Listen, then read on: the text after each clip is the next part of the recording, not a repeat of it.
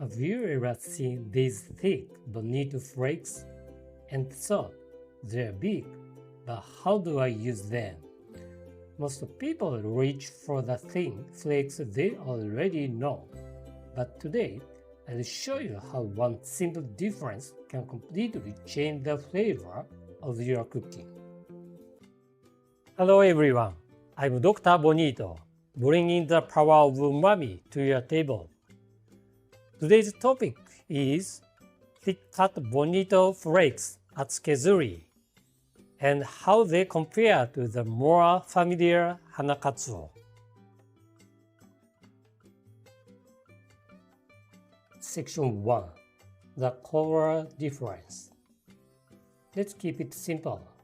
Thin flakes like hanakatsuo are designed to create an aroma-focused dashi. You pour in hot water, turn off the heat, and wait. This gives you a light, delicate, fragrant broth. Thick-cut flakes are completely different. They are designed to extract umami, simmered for 10, sometimes 12 minutes. They slowly release deep umami, rich body, and satisfying flavor. Hanakatsuo equals aroma. Thick-cut equals umami power. Section 2. Why it's stronger? There is a reason for this. Dashi made with thick-cut flakes contains about 20% more umami compounds. This is measured using nitrogen content, which reflects amino acid like glutamate. By simmering longer, you extract more of these compounds. So, this isn't just perception. It's supported by science. Section 3. What to look for. This is important. Even outside Japan, you only need to remember one thing. Choose thicker flakes. Thick-cut slices, large and flat, about 1 mm thick, firm texture. This gives you deeper flavor, stronger umami, great everyday usability. If it looks thick and solid, you are good to go. Quick note: other types. In Japan, there are also slightly thinner flakes, crushed flakes for dashi packs. They all work, but honestly, starting with thick cut is more than enough. Section 4. Taste comparison. Let's make this real. Imagine miso soup with hanakatsuo, fragrant and light. The miso flavor comes forward, gentle and comforting.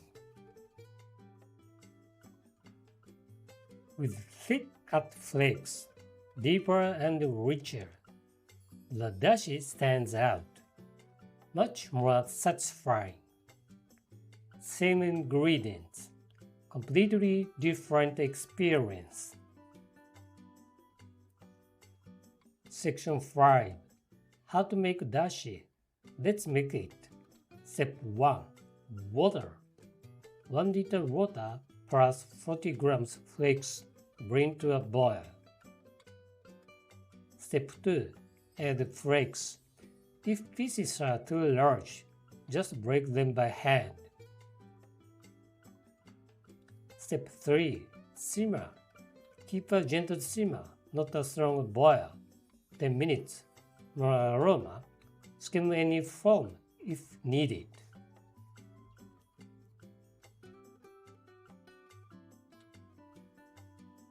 Step 4. Rest. Turn off the heat and let it sit for 5 to 10 minutes. Do not stir. Umami continues to extract during this time. Step 5. Finish. The flakes will sink naturally. For everyday cooking, you don't need to strain, but simply remove them with chopsticks.